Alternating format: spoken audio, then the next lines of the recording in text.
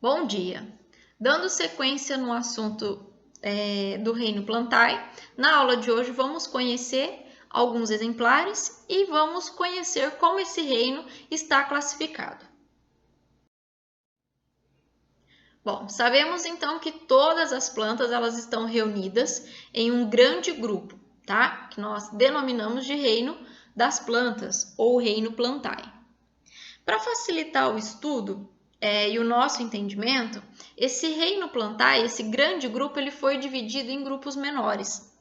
E para que a gente conseguisse formar esses grupos menores, foi levado em consideração dois critérios.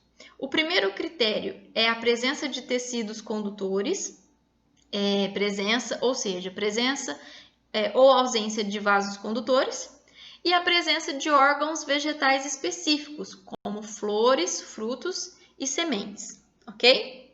Então, aplicando o critério de presença de vasos condutores. Se eu tenho aí plantas que não possuem vasos condutores, elas são classificadas como plantas avasculares, como as briófitas. E se as plantas tiverem a presença de vasos condutores, elas são classificadas como plantas vasculares, e aí como exemplo nós temos as pteridófitas, as gimnospermas e as angiospermas. Dentro do grupo das plantas vasculares, quando a gente aplica um outro critério, como por exemplo o aparecimento de sementes, a gente consegue dividir o grupo das plantas vasculares em dois grupos. Aquelas que não possuem sementes, como as pteridófitas, e aquelas que possuem sementes, como as gimnospermas e as angiospermas. E aí, quando a gente fala de semente, a gente pode colocar um outro critério, que é a presença de frutos.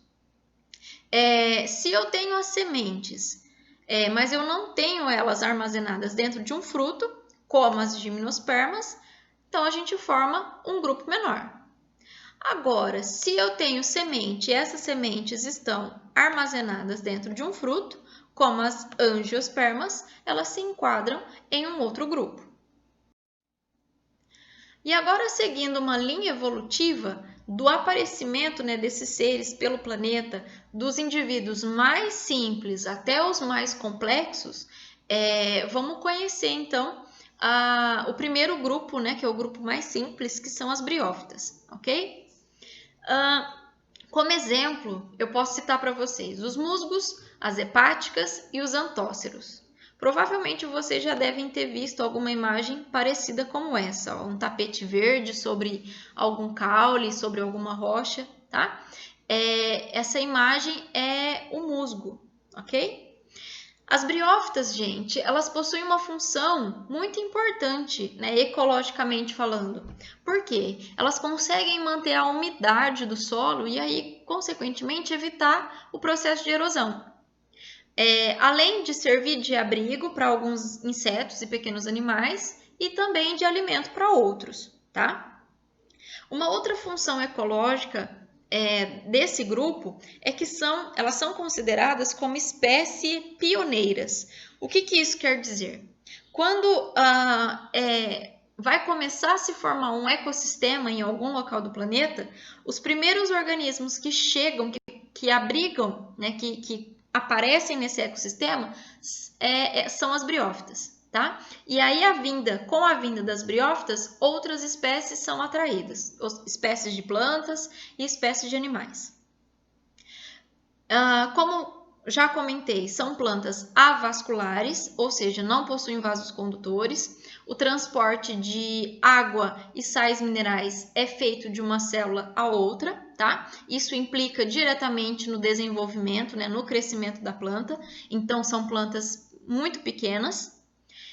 Não possuem raiz, caules e folhas verdadeiros, Então a gente não considera nós não vamos chamar de raiz, caules e folhas essas estruturas, e sim rizoides, cauloides e filóides.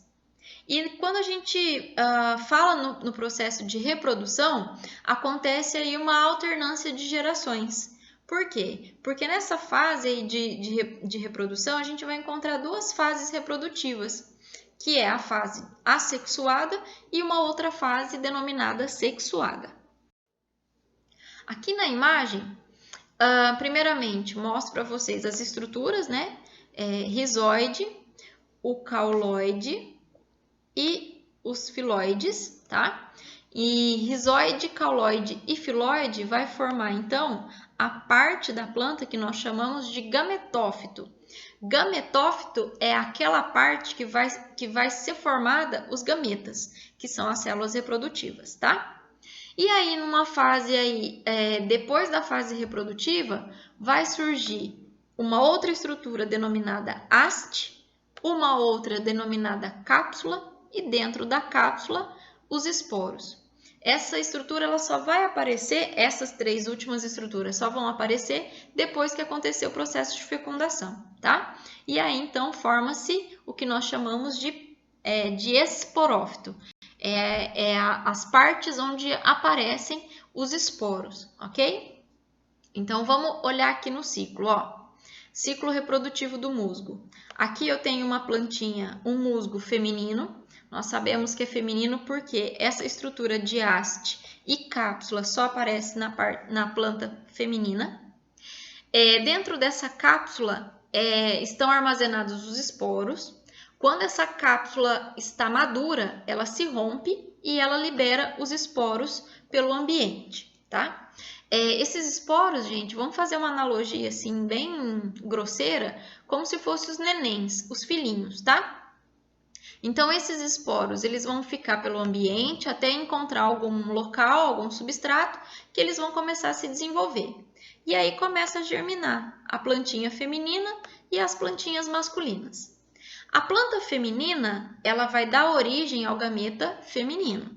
E a planta masculina, ela vai dar origem ao gameta masculino. Para que ocorra a fecundação, o gameta masculino precisa encontrar com o gameta feminino. E quem vai fazer essa união vão ser as gotículas de água. Então, eu preciso que uma gota d'água caia em cima do musgo masculino, tá? Entre em contato com esses gametas masculinos e essa mesma gotícula de água caia novamente em cima da planta feminina. Se isso acontecer, se esse transporte acontecer, vai acontecer o processo de fecundação e a formação aí dos esporos. Esses esporos, eles vão, após a formação dos esporos, né, surge aí a formação da cápsula. Essa cápsula vai abrigar todos os esporos. Surge então a haste, né, com a cápsula bem na ponta. Essa cápsula vai ficar até o momento em que os esporos fiquem maduros, aí então ela se rompe, libera os esporos pelo ambiente e aí o ciclo recomeça. Depois, falando aí, né, na ordem evolutiva, o outro grupo, né, o próximo grupo aí que aparece são as pteridófitas. Como representante das pteridófitas, nós temos o xaxim, as samambaias, as avencas, as cavalinhas e as cavalinhas, tá? Na imagem aqui, ó, eu coloquei a samambaia e o xaxim. Percebam que elas são bem parecidas. E o que vai diferenciar é que o xaxim ele consegue crescer um pouco mais do que a samambaia, tá? Esse grupo de plantas nós vamos encontrar agora vasos condutores, então é uma novidade evolutiva, é uma característica nova, né, que só aparece a partir desse grupo. E aí a presença de vasos condutores, então, permite o desenvolvimento, permite com que essas plantas cresçam, tá? E aí a gente consiga encontrar esse tipo de planta em muitos ecossistemas. Também é muito importante para o ambiente, porque também consegue manter a umidade do solo, serve também de alimento, né, para várias espécies, e também a gente vai encontrar aquela alternância de gerações na hora da reprodução. Então, olhando aqui no ciclo reprodutivo de uma samambaia, provavelmente vocês já viram a samambaia, já viram a folha, né, os folíolos da samambaia, e já devem ter identificado um monte de pontinhos escuros atrás dos folíolos. Esses pontinhos, gente, nós chamamos de soro. E esse soro é onde vai estar armazenados os esporos, né? Os filhotinhos da samambaia. Então, vamos olhar aqui o ciclo, ó. Então, uma planta adulta, uma folha, né, adulta cheia de soro. Esses soros já estão maduros e, quando maduros, eles se rompem e liberam para o ambiente os esporos. Esses esporos vão cair em algum substrato. Se tiver condições adequadas, eles vão começar a germinar, a se desenvolver. E aí forma, ó, aparece uma folhinha. Essa folhinha nós chamamos de prótalo. E percebam que ela tem um formato, ó, bem parecido com uma imagem de um coração, tá? Aqui no prótalo, gente, nós vamos encontrar os gametas femininos, que são a oosfera, e os gametas masculinos, que são os anterozoides. Para que aconteça a fecundação, os anterozoides eles precisam se deslocar até onde estão a oosfera. Só que eles não conseguem fazer isso sozinhos, eles vão precisar novamente de gotículas de água. Então, briófitas e pteridófitas, elas são dependentes de água no processo reprodutivo, tá? Bom, a água, uma gota de água caiu sobre os anterozoides e aí ela escorre até chegar no gameta feminino. Quando os dois gametas se encontram, acontece a fertilização. Dessa fertilização, né, surge e forma-se o embrião e desse embriãozinho vai surgir uma plantinha nova. Essa plantinha ela vai crescer, ela vai se desenvolver. Aqui mostra uma folha jovenzinha, então ela fica toda enroladinha, ela vai se desenrolando até formar uma folha adulta. Aparece então novamente os soros, né, que é onde vão estar os esporos. Quando estiver maduro, os soros se rompem e liberam os esporos para o ambiente. E aí começa o ciclo novamente. Depois de um tempo, surgem as gimnospermas. E aí essas gimnospermas, como exemplo, a gente pode citar as sequoias, que são árvores de grande porte, as araucárias, que também são árvores de grande porte, os pinheiros e os ciprestes.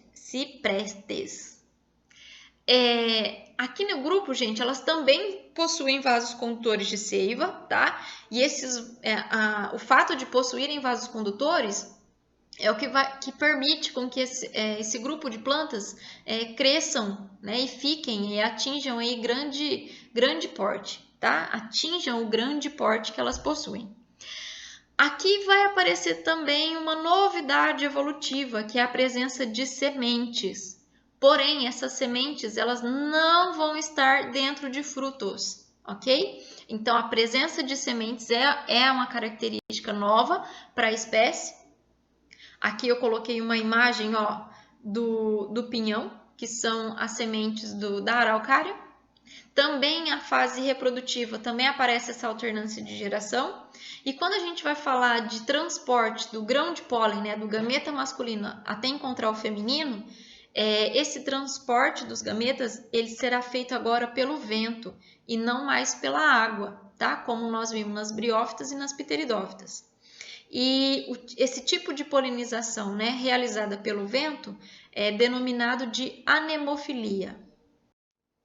Então, aqui nós temos o ciclo reprodutivo das gimnospermas. O ciclo reprodutivo das gimnospermas e das angiospermas são muito parecidos, tá? Então, aí eu já aproveito aí a explicação dos dois grupos. Bom, então aqui nós temos uma planta feminina, né, uma gimnosperma feminina e uma gimnosperma masculina. A planta feminina ela vai produzir então uma estrutura denominada cone ou estróbilo feminino, que é onde vai ser produzido o gameta feminino, denominado oosfera. A planta masculina ela vai desenvolver estruturas, né, estróbilo ou cone masculino, e dentro dessa estrutura será produzido o gameta, que é chamado de grão de pólen. Bom, como gameta masculino e feminino são produzidos em árvores diferentes, então um precisa encontrar o outro. E quem fará esse transporte, né, do grão de pólen do gameta masculino até o gameta feminino será o vento. Então esse vento ele vem carregando, né, o grão de pólen até encontrar a estrutura feminina. Quando esse grão de pólen encontra, né, o cone feminino, é como se ele parasse aqui, ó, na entrada, tá? Ele não conseguisse passar para o interior da estrutura, né, do estróbilo feminino. Dentro desse estróbilo vão estar os gametas femininos, então a oosfera. E aí, para que aconteça esse encontro, é desenvolvida uma outra estrutura chamada tubo polínico. Tubo polínico. É como se fosse um escorregador, para que o grão de pólen descesse até a oosfera e eles se encontrassem. Quando eles se encontram, gameta masculino e feminino, acontece a fecundação e o aparecimento do embrião, né, que é a nova plantinha. No caso das gimnospermas, esse embrião ele vai ficar armazenado dentro da semente e dentro da semente também nós vamos encontrar uma substância de reserva, que vai servir de alimento para o embrião enquanto ele estiver dentro da semente. Essa semente ela vai ficar pelo ambiente, ela pode ficar pelo ambiente até que ela encontre condições adequadas e comece a germinar e a formar uma nova planta. E aí ela vai crescer, se desenvolver e vai começar todo o ciclo novamente. E para terminarmos, o último grupo, que é o grupo das plantas mais complexas, né, é o grupo das angiospermas. Esse grupo, gente, ele corresponde ao grupo com maior biodiversidade por todo o nosso planeta. A gente encontra exemplares em praticamente todos os biomas. E a novidade evolutiva desse grupo é a presença de flores e de frutos, ok? Então, isso faz com que seja uma planta completa, onde a gente vai encontrar raiz, caule, folhas, flores, frutos e sementes, tá? Por isso que eu falei que ela é o grupo mais complexo. As flores, como nós veremos nas próximas aulas, é um atrativo para atrair os animais, os insetos que vão fazer a polinização, para ajudar a fertilização e a formação de novos indivíduos, né, a reprodução. E os frutos vão servir de alimentos para muitos animais, e esses animais também vão fazer com que as sementes sejam, né, transportadas de um local para outro, para que elas possam germinar e estar em todos os ambientes, ok? Termino por aqui. Muito obrigada e até a próxima aula.